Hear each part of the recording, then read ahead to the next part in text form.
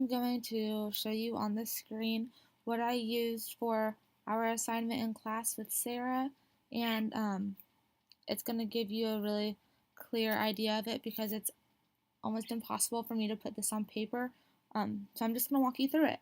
So basically, I had the website and I used a resource called Nearpod, and right now we are at the International Neuroscience location. I think it's in Germany. So, um, right here, you can zoom around on it here. You can kind of see around. It's just something fun to introduce the lesson with. Um, Whenever I start this out, the students get a code. So Sarah had a code here, and this gives her access to it. So I control it on the screen what she sees on her computer. So whenever I'm ready to go to the next one, I click here, and it takes her here. So um, this is Brain, better recognizing adolescent issues in neuroscience. What, why, how? This gave Sarah access to the website. So when this popped up on her computer, she could click the link and she could explore it a little bit to get a general idea. This was a memory test. So she's going to flip it around. She's going to match. So we have a teacher, a dad, a parent, topics, research, strategy, and basically each one of these I um, just pulled off of the website, and I thought that highlighting these would give Sarah a clear idea of what was happening, and it was engaging as well, so she can see teacher, father, topic, strategy, research, and all of that. Jumping to the next one, what do you think of when someone says they are on a mission? So here, Sarah had the opportunity to write what she thought or draw what she thought the answer would be. This highlights the website. It's a website with a mission. It provides teachers, students, families, and community members direct access to research and resources in a calm, supportive, thought-provoking environment on a user-friendly platform. This is a quiz here, so it's just gonna, there was a quiz that Sarah took, and this is gonna give me an idea of what her results were going to be. Draw an adverse situation, so here she could draw what would come into her mind. What do you think an adversity team is? So this was a fill-in-the-blank question that she had to answer. Fill in the blanks here. An adversity team is a building-based team created to support teachers and students in moments of unpredictable adversity.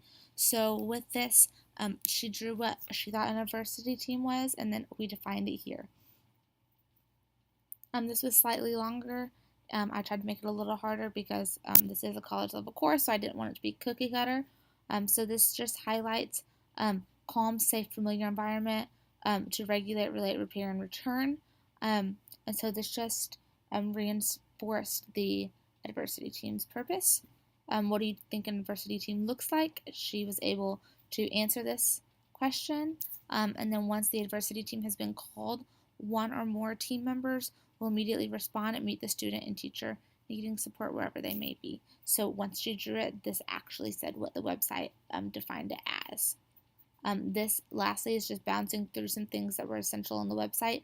Regulate breathing exercise, emotional freedom techniques, walking towards regulation, relate, supporting questions, validating statements, repair dual thought sheets, identifying triggers, and problem solving questions.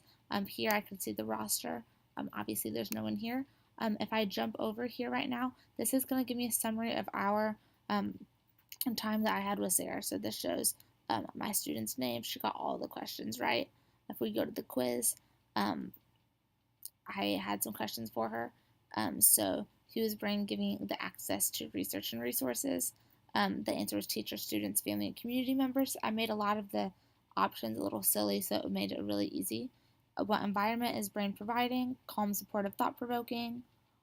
On what kind of platform does brain provide its information? User-friendly. And lastly, what does BRAIN stand for? Better recognizing adolescent issues in neuroscience. Open-ended, what do you think an adversity team is?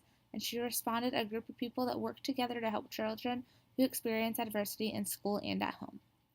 Draw it. These are the things that she drew. So what do you think of when someone says they are on a mission? And this is what she did. And she said it was like Superman. Draw an adverse situation, and she tried to draw a brain with information and something blocking it. And lastly, what do you think an adversity team looks like? And this is what she drew. So she was trying to do something's going on, and they're trying to help, which is why she put semicolons and then just some nature things that were going on as well. I didn't have anything for collaborating or a poll. Nearpod was really fun to use. I never experimented with it before, but someone used it in one of my other classes, so I thought I would give it a try on my own. It met Sarah's needs because she had mentioned that she is a very hands-on visual learner, and with the website, it was tricky to figure out how to make that work. So this was my way because I could kind of combine a bunch of things together and make it my own. It connected to the idea of similarity and difference because there were a lot of with learner similarity and differences that her and I talked about we had in common.